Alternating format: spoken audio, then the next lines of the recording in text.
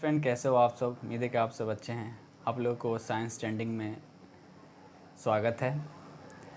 तो आज हम ये अपवर्तन एंड परावर्तन का ये सेशन 3 है। ठीक है, आज हम ऑब्जेक्टिव सेशन 3 सॉल्व करेंगे। और आज भी जिसे कहा जाता है ना, क्वेश्चन देखिए यहाँ पर लिखा हुआ है मृग, क्या लिखा हुआ है? मृग मरीचिका बनाने वाली घटना को क्या कहते हैं? तो इसको साइज़ को हम इंक्रीज कर दे रहा हूँ। घटना को क्या कहते हैं? आई बस समझ में? उसको क्या कहते हैं? व्यतिकरण कहते हैं, विवर्तन कहते हैं, ध्रुवीकरण कहते हैं, क्या कहते हैं? तो याद हमेशा रखिएगा, क्या कहते हैं उसको? पूर्ण आंतरिक परावर्तन, इसको बोलते हैं टोटल। इसको क्या बोलते हैं? Total internal reflection. Total internal reflection इसको इंग्लिश में बोलते हैं। ठीक है, आई बात समझ? अब थोड़ा इसके बारे में समझ लेते हैं कि होता क्या है। तो एक चीज़ देखिए, पूर्ण आंतरिक परावर्तन होने के लिए हमेशा याद रखिए, जो फिगर आपको यहाँ दे रखा है, हमेशा सघन मीडियम से विरल, ये हो गया डेंस, ये जो मीडियम है डेंस है, इधर जो निकल रहा है ये हो गया रेयर, मतलब विरल। यानी डेंस से सघन में, सॉरी डेंस से विरल, डेंस से रेयर में, या ऐसे बोल सकते सघन से विरल में लाइट जब जाता है तो क्या होता है? पूर्ण आंतरिक परावर्तन उसको कहते हैं। बाकी और कुछ फैक्ट देखिए, एक जो सीधा जा रहा है इसमें कोई चेंजिंग नहीं हो रहा है। ठीक है, बोलते हैं आपतित किरण बोल सकते हैं। एक आपतित किरण ऐसे जा रहा है, दिख रहा है ना, और ये परपेंडिकुलर से क्या हो रहा है? दूर हट रहा है।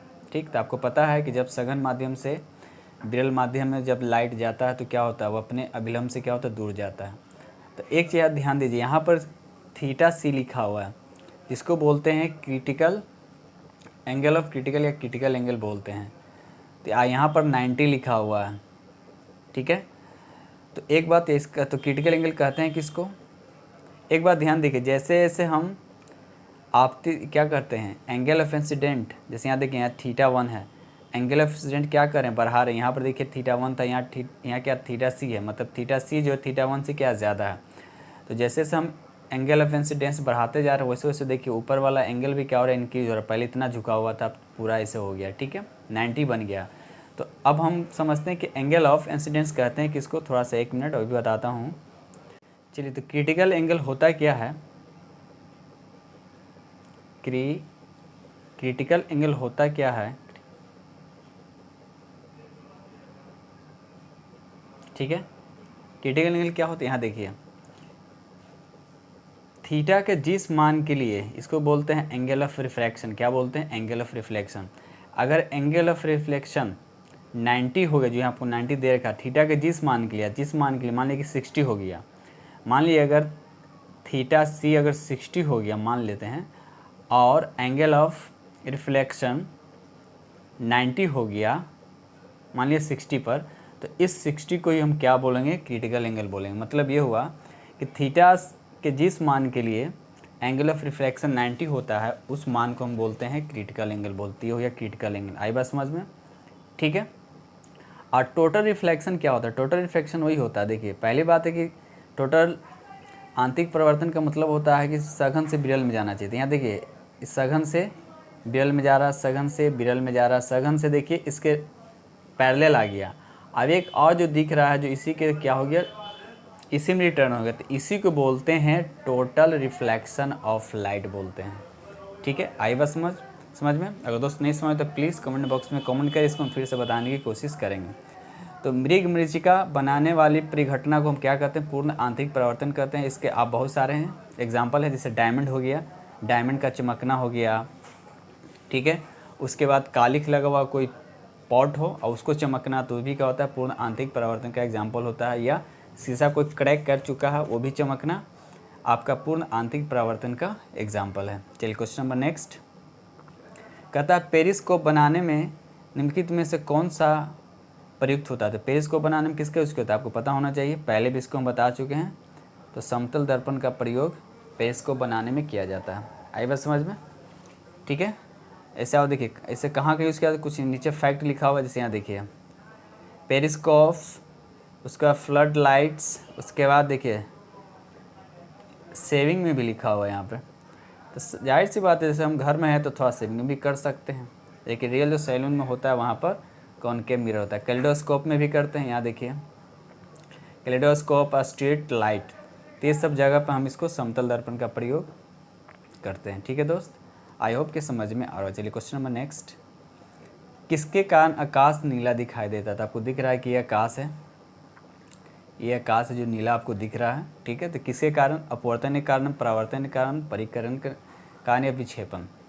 तो आपको पता परिकिरणन के कारण, जिसको इंग्लिश में बोलते हैं स्कैटरिंग ऑफ लाइट। क्या बोलते हैं उसको? स्कैटरिंग ऑफ लाइट बोलते हैं। आई बात समझ में? ठीक है, तो स्कैटरिंग का मतलब क्या होता है? बिखर जाना। जैसे इसका क्या होता है? वेवलेंथ बहुत ही कम होता है। तो जैसे ही वेवलेंथ कम होने का मतलब क्या होता है? इसका जब ये वायु एटमॉस्फेयर में आता है तो इसका रिटर्निंग हो जाता है। मान लीजिए कैसे किरणें आ रहे हैं तो क्या होता है, जैसे यहाँ पर इसके पार्टिकल्स मिलेंगे, एयर के पार्टिकल्स, क्या हो जाएगा? छितरा जाएगा। ठीक है, आई बस में बैक हो जाएंगे, मतलब चारों तरफ। ठीक है, तो इसी को बोलते हैं स्कैटरिंग। स्कैटरिंग का मतलब होता है बिखर जाना, छितरा जाना। ठीक है, तो ये होता है परिकिरणन के कारण, जिसके कारण आकाश क्या होता है? नीला दिखाई देता है। ठीक है, चलिए क्वेश्चन नंबर नेक्स्ट, कहता है प्रकाश तरंग किस प्रकार की तरंग है? तो अब देखिए प्रकाश क्या है? एक अनुप्रस्थ तरंग है। क्या है? अनुप्रस्थ तरंग है, जिसको बोलते हैं ट्रांसवर्स। क्या बोलते हैं? Transverse wave. आई बस समझ में? ठीक है, तो ये देखिए ये कुछ फिगर हम आपको यहाँ दे रखा हूँ। देखिए ट्रांसवर्स वेव होता है वो ऐसे चलता है, ऐसे ऐसे। क्या चलता है? ऐसे ऐसे चलता है। ठीक है ना, जो आपको दिखा रहा है ऐसे ऐसे। ठीक है, तो ऊपर जो टॉप को क्या बोलते हैं? क्रेस्ट बोलते हैं। ऊपर जो टॉप जो दिख रहा है उसको क्रेस्ट बोलते हैं, और नीचे जो होता है उसको ट्रो बोलते हैं। कहीं एंटी नोट्स लिखा रहता है, ट्रो की जगह पे एंटी नोट्स लिखा रहेगा। ठीक है, और वेवलेंथ क्या होता है? वेवलेंथ बोलते हैं, वेवलेंथ किसको बोलते हैं? दो ट्रो, जैसे यहाँ देखिए एक ट्रो यहाँ पर, एक ट्रो यहाँ पर, दोनों के डिस्टेंस को हम क्या बोलते हैं? वेवलेंथ बोलते हैं। क्या बोलते हैं? वेवलेंथ बोलते हैं। या ऊपर भी बोल सकते हैं, दो क्रेस्ट के बीच की दूरी को हम बोल सकते हैं वेवलेंथ बोल सकते हैं। आई बात समझ में? तो उम्मीद करता हूँ कि समझ में आ रहा होगा। ठीक है दोस्त, चलिए क्वेश्चन नंबर नेक्स्ट। एक बात याद रखिए कि लाइट को चलने के लिए किसी मीडियम की ज़रूरत नहीं पड़ता है। चलिए क्वेश्चन नंबर नेक्स्ट, प्रकाश विकिरण की प्रकृति होती है। अब देखिए इसके बारे में पूछ रहा है, प्रकाश का विकिरण की प्रकृति पूछ रहा है, उसका नेचर के बारे में आपसे पूछ रहा है। इसका नेचर कैसा है आपको बताना है।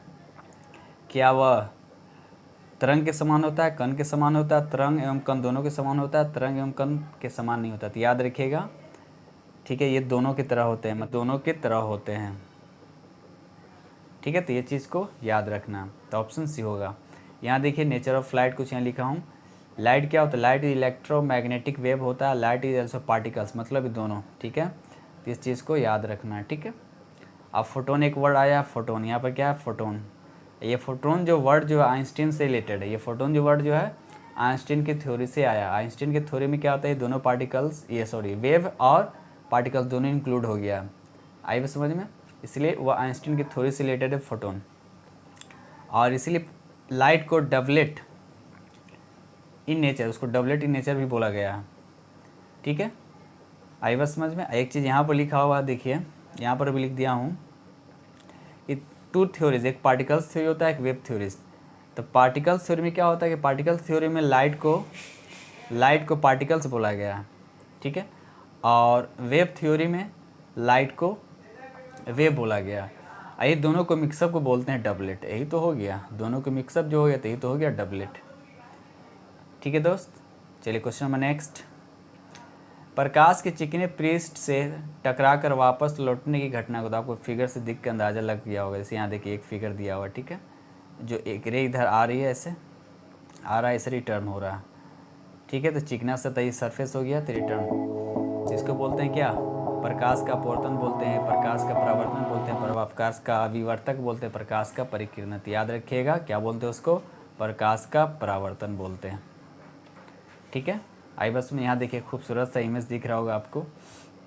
यहाँ पे नज़ारा बस हम लोग देख कर ही सब्र कर लें, पता नहीं कब ज़िंदगी में घूमने का मौका मिले। तो ये भी देखिए आपको दिख रहा है ना, उस पर और नीचे दिख रहा है, तो ये भी एक तरह का प्रकाश के परावर्तन का क्या एक तरह का एग्जाम्पल है।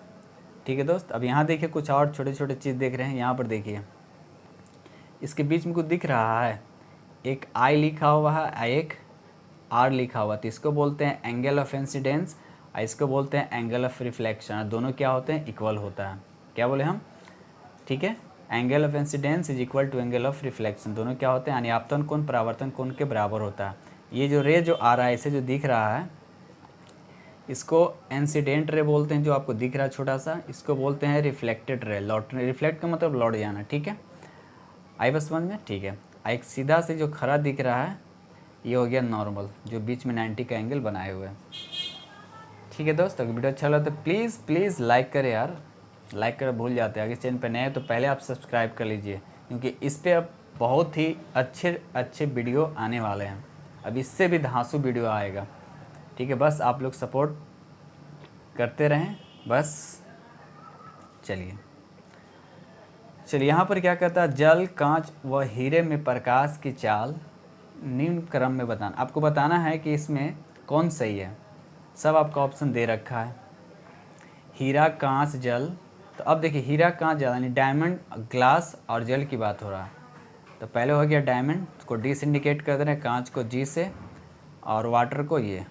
तो एक चीज़ ध्यान रखिएगा, जिसका रिफ्रैक्टिव इंडेक्स सबसे ज़्यादा होता है उसका स्पीड सबसे कम होता था। आपको पता है कि डायमंड का रिफ्रैक्टिव इंडेक्स सबसे ज़्यादा होता है, कितना होता है 2.4 जो समथिंग यहाँ पर दिखा रखे हैं। ठीक है ना, ग्लास का कितना होता है 1.5 होता है, और किसकी बात कर रहा है, वाटर का। तो आप देख लीजिए जिसका रिफ्रैक्टिव इंडेक्स ज़्यादा होगा उसका स्पीड सबसे कम होगा। तो एरो इस तरह से दिया हुआ था, एरो इस तरह से दिया, इसका मतलब जिसका स्पीड सबसे ज़्यादा होगा पहले होगा।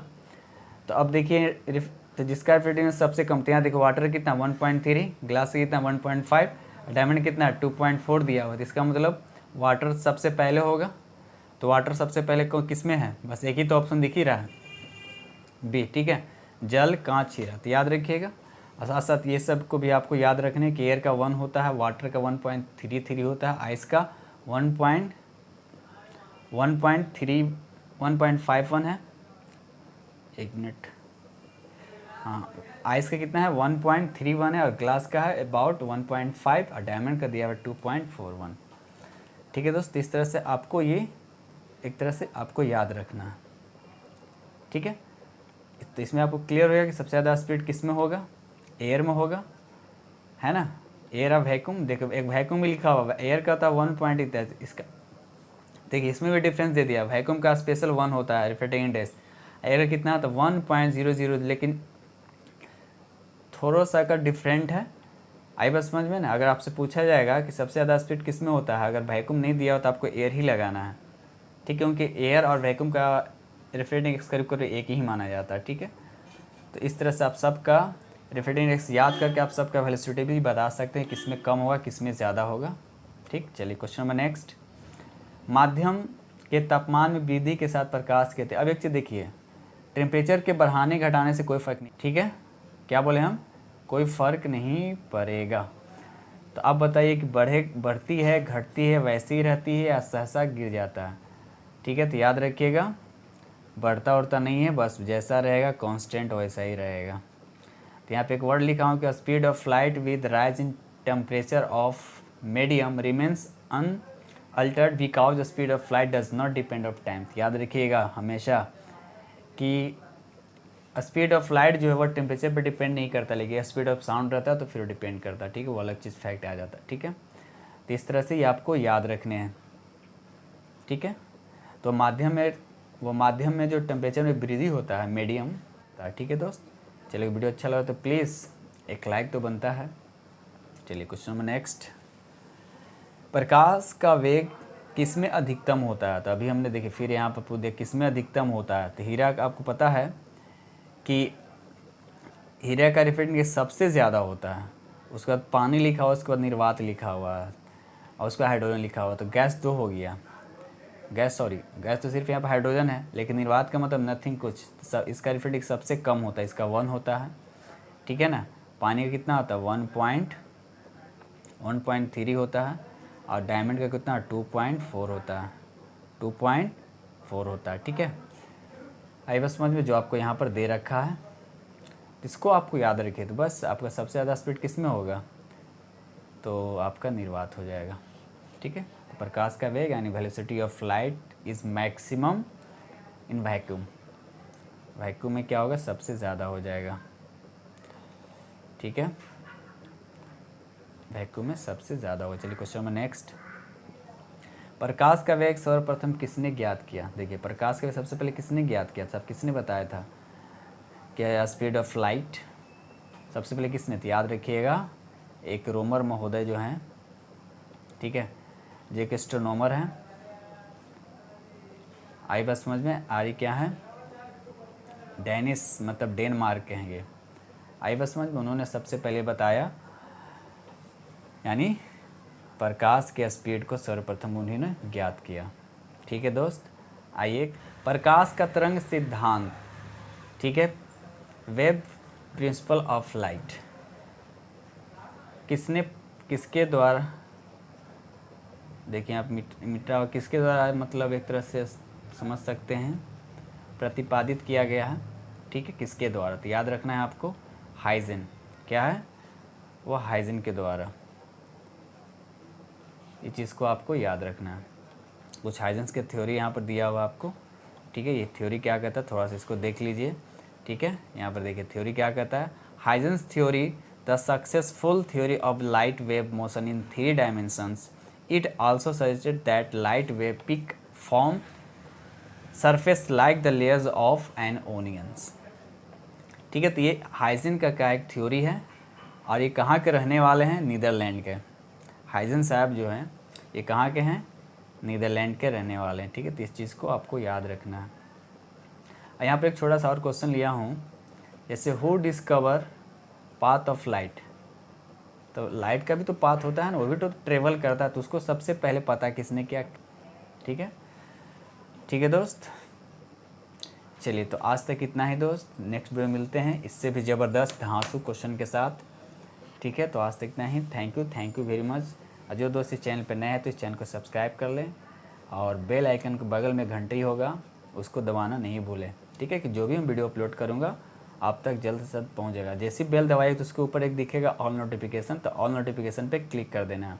ठीक है, जो भी अपलोड करेंगे आप तक जल्द से जल्द पहुँच जाएगा। तो थैंक यू दोस्त, आज तक इतना ही, नेक्स्ट में मिलते हैं। Thank you very much, good night.